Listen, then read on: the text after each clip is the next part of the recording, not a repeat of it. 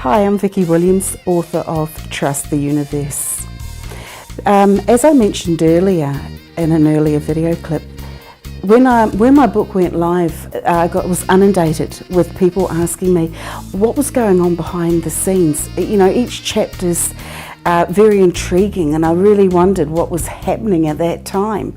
So after a lot of consideration, decided to put together some short clips on most of the chapters. I might not do all of them, but most of the chapters, and just give you a bit of a brief idea of what was actually happening behind the scenes and why I actually wrote the chapter the way I did. So in the first chapter, it's titled "All Is Not What It Seems."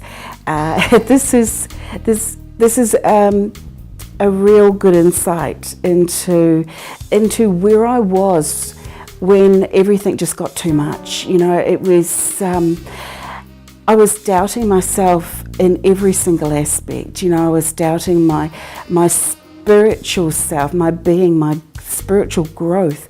I was doubting the universe, and I was doubting that my beings, whom I kept getting told were there and working with me, I was beginning to wonder where they were. Were they on holiday? Because I did not see any evidence that they were there holding my hand along this journey as I was being told. So that brought about the doubt that I was getting from the messages of clairvoyance, whom I'd used in the past, whom I trusted, whom I respected, and whom had been extremely accurate in previous readings. So I was doubting everything, and it was making a real big impact in my life. And not only that, in my business.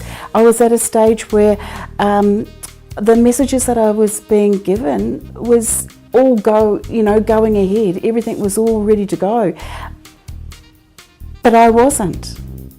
So this is a real good indication as to how fear and doubt holds you back as a person, and it's just really, really interesting to know that until you get rid of it, until you stand up to it and kick it out of the way, it's going to continue to impact your life.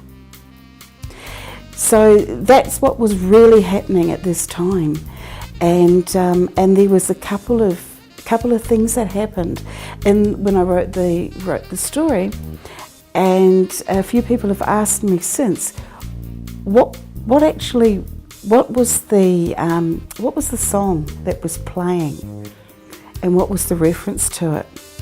And I would really love to tell you that now, but I think I'll wait until later on and reveal it at a later date. So I'm going to keep you waiting just a little bit longer. So enjoy chapter 1, and we'll touch on chapter 2 very soon.